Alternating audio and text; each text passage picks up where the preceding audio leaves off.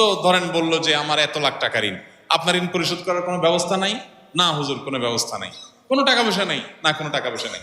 জমি জমা কি পরিমাণ আছে? এই 2-4-5 বিঘা জমি আছে। তো জমি বিক্রি করে ঋণ পরিশোধ করতেছেন না কেন? এটা কোনো কথা হুজুর? জমি বিক্রি করে ঋণ শোধ করবো? অনেকে আছে ব্যবসার টাকা আছে, না ভাই পকেটেরটা দিয়ে ঋণ শোধ করবো না, আপনি দোয়া শিখাই দেন, দোয়া দিয়ে কাটাকাটি হয়ে যাক, আমারটা আমার কাছে থাকুক। আমার কথা বুঝেন নাই? এইরকম বহু লোক আমি পাইছি যে এই টাইপের। আমি বলছি ভাই, আপনার সাধ্যে আছে, ঋণ পরিশোধ করার অ্যাবিলিটি আছে, ওইটা আপনি ব্যবহার করেন, পাশাপাশি আল্লাহর কাছে দোয়া করেন।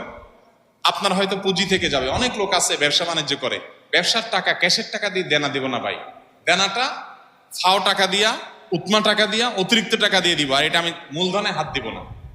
তো এইটা কখনো প্রকৃত অর্থে ঋণ পরিশোধ করার শুদ্ধ চিন্তা হতে